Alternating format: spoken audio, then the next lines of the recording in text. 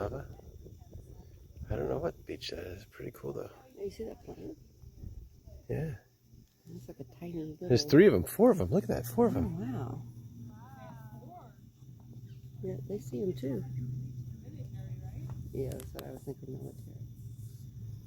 I wonder if I could zoom in on that. I can. Oh. Where'd they go? Oh, here goes somebody else. Oh, no. Yeah, there's 4 of them.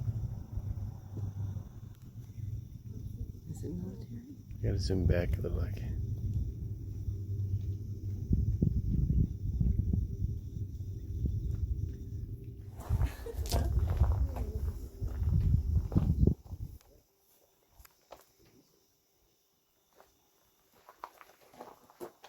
$4K.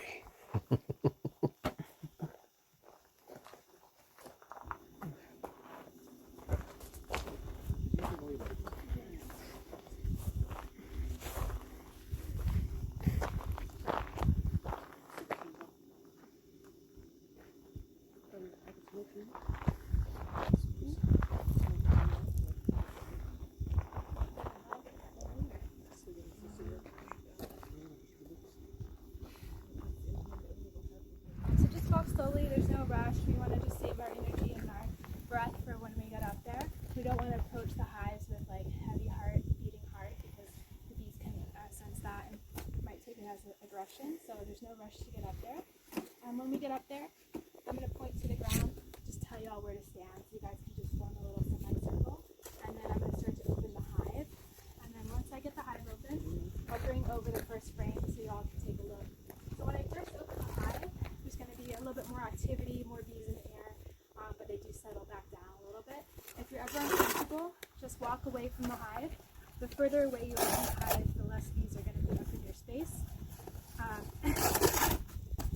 But we are pretty well protected in these suits, so I'll be using the smoke, so we should be able to do just like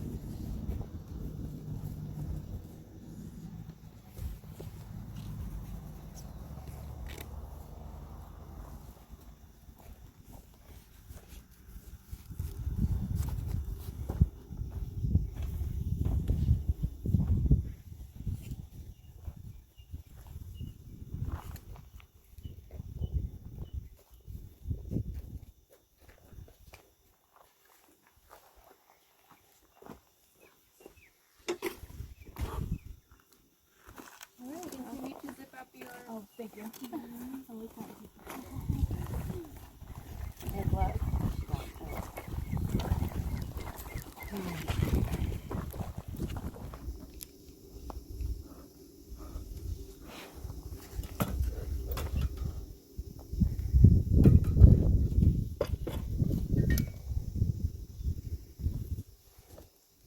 Sometimes you need the gloves more to not burn yourself than to soak them, because that's when it gets clear.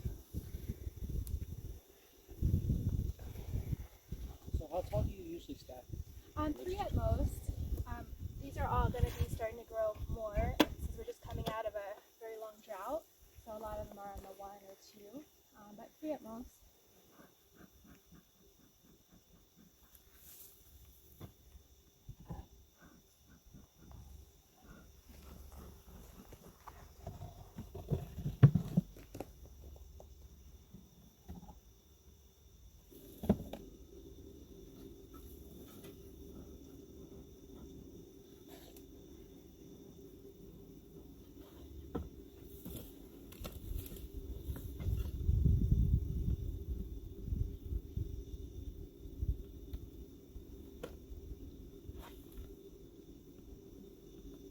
So Erica, how many people work with you on the sanctuary? It just depends. So the 3 ladies here are volunteers, and so we usually have between 4 and 6 people here helping out. But I do everything with the beekeeping.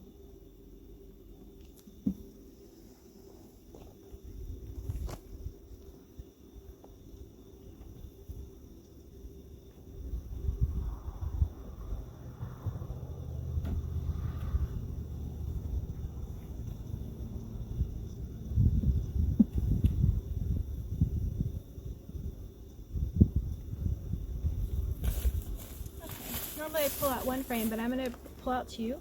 So when you do get a chance to hold it, just kind of make sure you hold them together as well as from underneath. So this is actually a bit of natural comb. So without the foundation, like I showed you in the beginning, this is our how the bees would make it naturally. So on here, we have a couple things going on. We have some babies. So if you look into these cells, you'll see some open larvae and some closed larvae. So I'm going to come by and just kind of take a look. Okay. Do you want me to hold it? Let me go through one time, and then Sure. we'll do holding in a minute, just to make it easier. So look for the larva in the middle, and then the closed larva up there.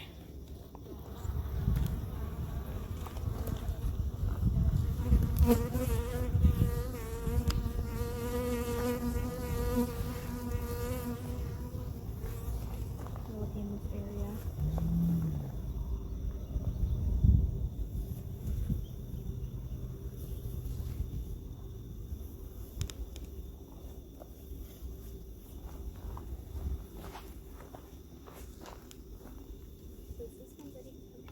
That one's actually working in some way. So if they're face down, they're working.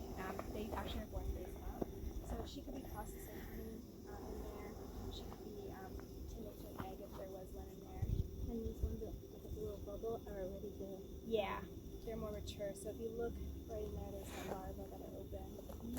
They're closed. So. Is there a reason that there's like a bigger honeycomb?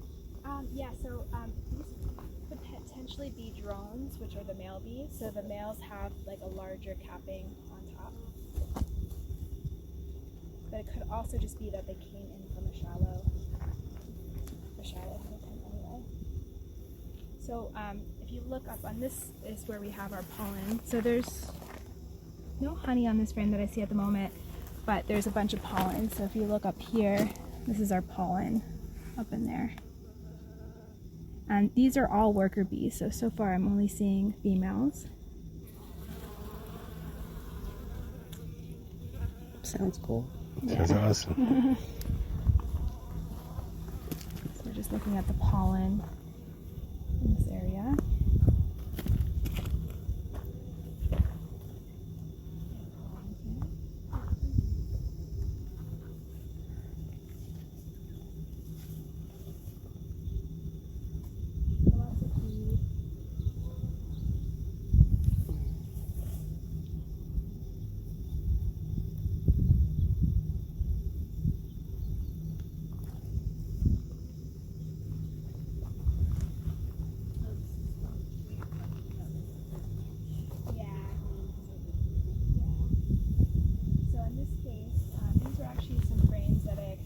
So it's a little bit different.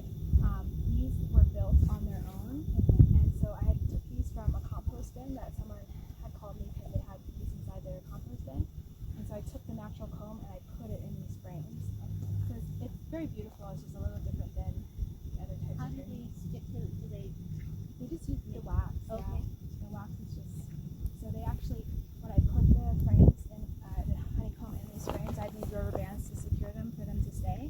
And then after a few days, they actually reattach the honeycomb.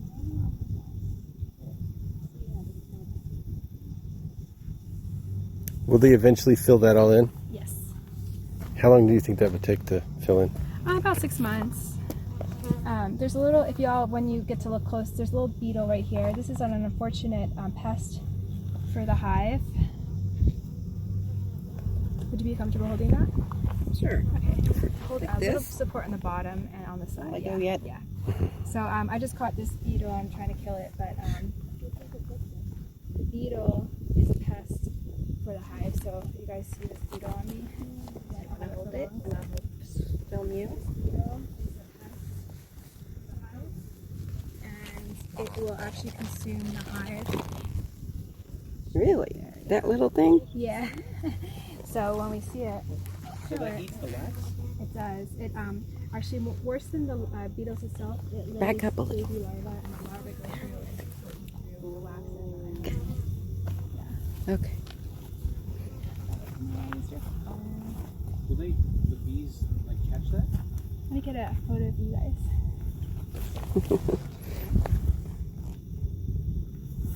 The beetles can't be stung because they're so hard shell, yeah. So they can like grab them and fly off with them. So what about like the vibrations?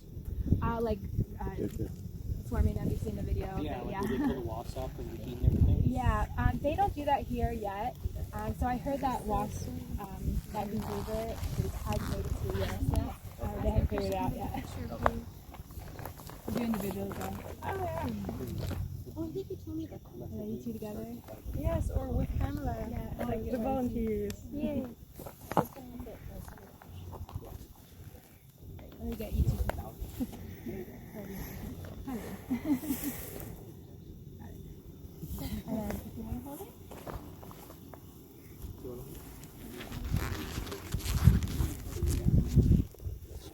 Oh, wait, thank you. You get your single one.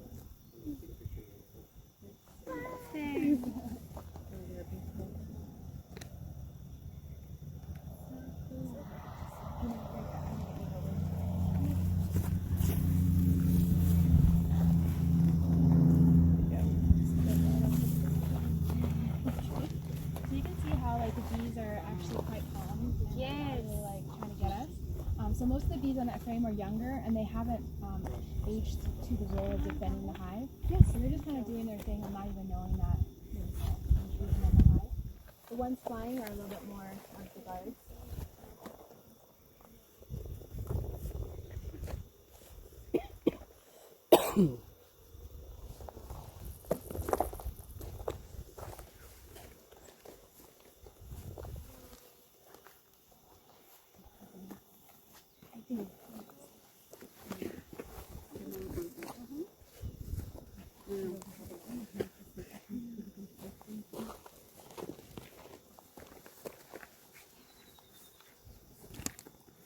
What are the vibrations?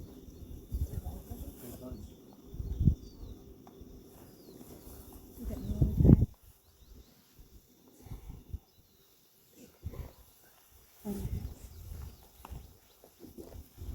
Yeah, so you can also smell that. I can smell it from here. Yeah, it smells really good.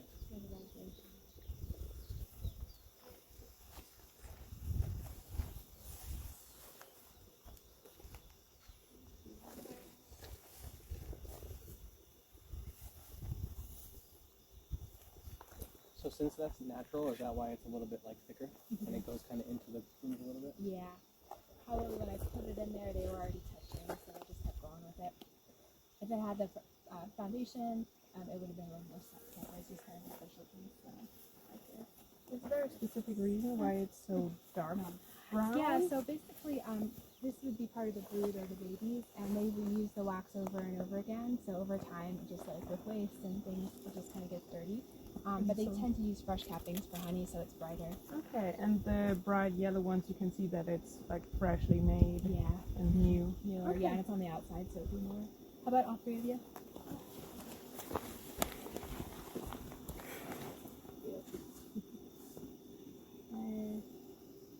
As I take a bunch.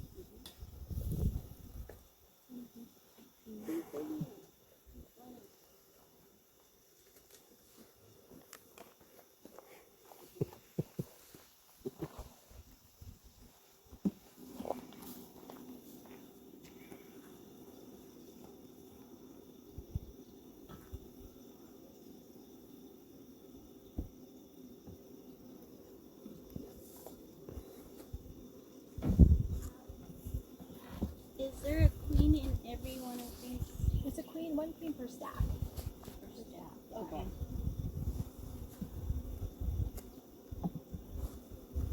And that box you just use for reproduction, and the other ones are the ones with the thing in the middle?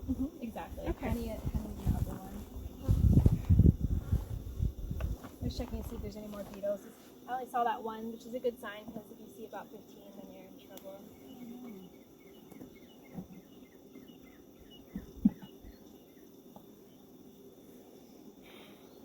So if you were to see that many beetles, what would you have to do to? Basically, you would put more traps in. So I actually have, I don't know if y'all can see from there, but you guys are welcome to come closer too if you're comfortable. But I have 2 traps in here, right here and right here. So the beetles will crawl in there and they'll actually drown in the oil. So there's actually a couple in there. Is it like just It's a vinegar ladybug, but water? Say again? Vinegar water to trap them? Yeah, it's oil, just like oil from cooking. Okay. Your tape's coming off.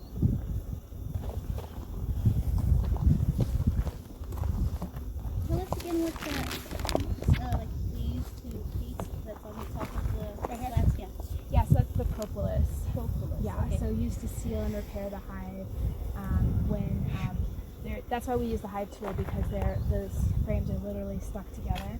So I have to wedge them apart in order to break the propolis and pull out a frame. What's the name of that tool you use? It's called hive tool. Hive tool. Yeah. Is it like a 15?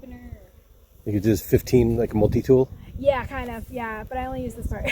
Oh, okay. Well, you can use this part for scraping. So some people would scrape some excess stuff, but I leave it. And then this part just But I don't know. That must be for something, but I don't know yet.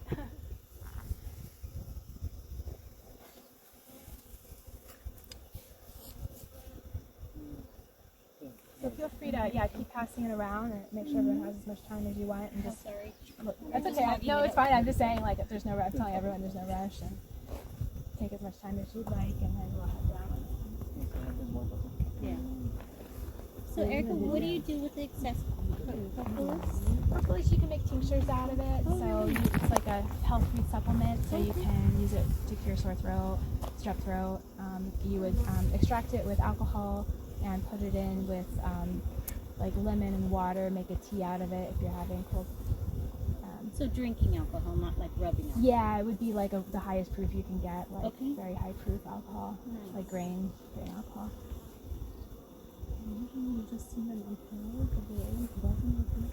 Do you have? Can you usually see the queen? I'm wondering, I was kind of looking for her, and this is a very small hive, and I'm kind of wondering if she's inside there. That's probably the big one that we. Does she come out or will she stay in there? She'll hide, so Okay. yeah, she'd potentially be in there because I didn't see her on the other frames, and this seems like kind of. But if the queen was in that, wouldn't all these other ones come up Not after it? necessarily, they are drawn to her pheromone, but she'd have to be gone for a while. Like her pheromone would still kind of exist in there, just from, you know what I mean, and. It'd have to completely disappear before they wonder what's going on. These are really uncoordinated, right? For the most part. Uncoordinated? Why do you think that? They'll bump into each other and like they don't really have the best overall sensory. Well, they awareness, I think. communicate so that way too. They meet and they touch antenna. So I'm sure some of it's exchanging strategic. information there? Yeah, Okay. I think it's strategic. I've just seen those videos of them like flying into the hive and like they're just like hitting the like barely missing the entrance. Maybe that happens sometimes, but So does the Okay. smoke hide the pheromone as well of the queen? yes, yeah, potentially. Yeah. Hold it out for me. I want to get a picture of this picture. That's it. So you saw everything coming? There was one that was bigger, but. We didn't see her, but if you saw a bigger one, maybe you did. I was just guessing that she's in there because, Like in between. yeah.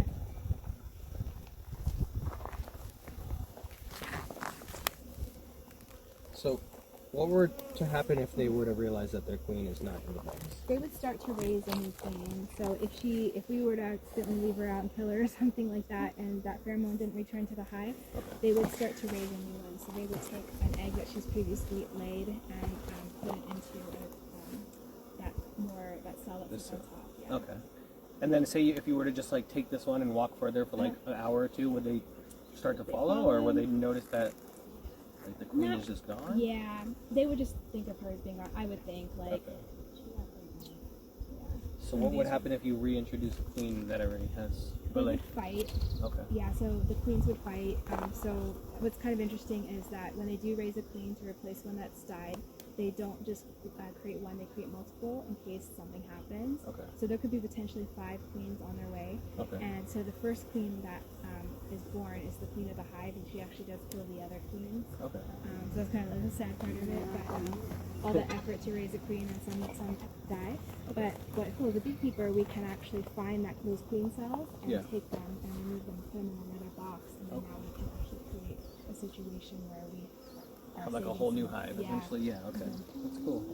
Okay. All right, does anyone else want to hold?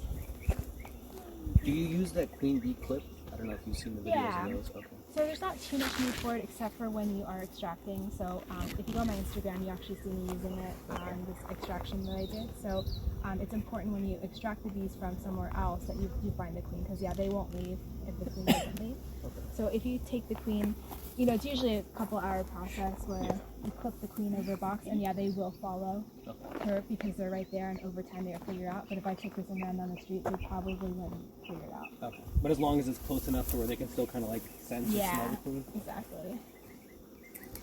Could melt and those produce the for the breathing that you were talking about? Yeah, Okay. yeah. Like burning candles emits negative ions, which cleanses the air we breathe. So the wax doesn't have too much that we know of for ingesting, as opposed to the propolis and the pollen and the honey. But it is fully edible to eat the wax. But I would say, yeah, the best use would be burning it, making a candle. So what are you planning to do with the So basically, it would be like, so we have the foundation done. It's a hexagon-shaped building, and we're going to have beehives in the walls. And then screens, so you can sit inside without having to be in a bee suit, breathe it in. But we'll also use it for like yoga, meditation, body work. Yeah, hopefully maybe next year if y'all visit That's that. so cool. Yeah. So yeah, we had a little hiccup in the process, but we're going to still work on it. So we got the materials. We just need to find a new builder. But, And it's just like imagining the bees buzzing as you're getting a massage. Yeah, exactly. So yeah, you can see some videos online about bee breath chambers, as well as just vibration chambers as well, where you're laying on bees too. So yeah. Some say you should even meditate, but That's so cool. yeah, the vibration of the bees is quite fascinating. All the bees, and I'm still learning always about the other sides of the bees. And, yeah. Have you done the vibration? No, I haven't really. I mean, other than my own, Yeah. like sitting with the hives, and sometimes I'll sit and listen. But yeah. That's so cool. Yeah.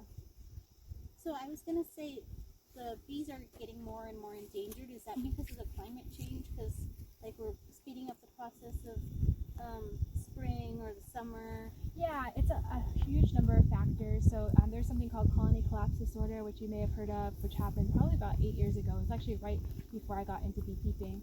And basically it was a phenomenon where about half of the bee, or a third or a half of the bee population, beekeepers reported that their bees were missing on. They didn't know why, they couldn't figure it out, they were just like missing. And so when they studied it, they realized there was a combination of different factors that potentially would cause this. So I think the biggest factor of everything is the Roundup, the use of pesticides like Roundup. And so people are now becoming more aware of how toxic Roundup is for the pollinators. Oh, So the actual brown Roundup. yeah, Roundup, weed killer, has new nicotinoid chemicals in it that messes with the bee's ability to find its place in nature and space. So they would leave the hive and they don't know how to get back. So this is potentially why the hives disappear. They would all go out and then they don't know how to get back. And then that's why I'm seeing more dead bees. So, okay. Yeah. I just thought it was their lifespan. Yeah, I mean it is. We'll see dead bees because of the lifespan. But yeah, if you see a lot in one area or someone's garden, it's not a good sign because you don't notice them too much.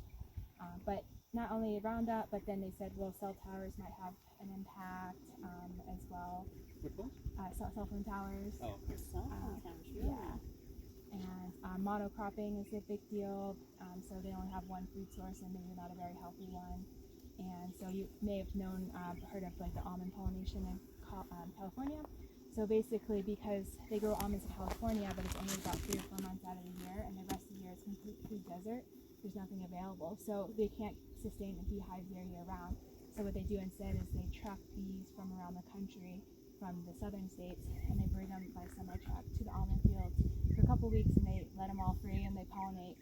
But many bees get lost, and they also exchange diseases and things like that. So it's a big money business, but it's not a very ethical business. But they start with the almonds and they go up to Washington State, and then I think they even go into Canada, and there's just a circuit that is done for pollination. But in Hawaii, since we have food everywhere, we don't have this type of moving around of pollinators. So the best thing that we do is like put beehives on farms, because that will increase the yield. But it's always not even always necessary, because there's bees in the area, there's bees everywhere. Yeah. All right. Okay, so yeah, we'll walk back down, just slowly walk.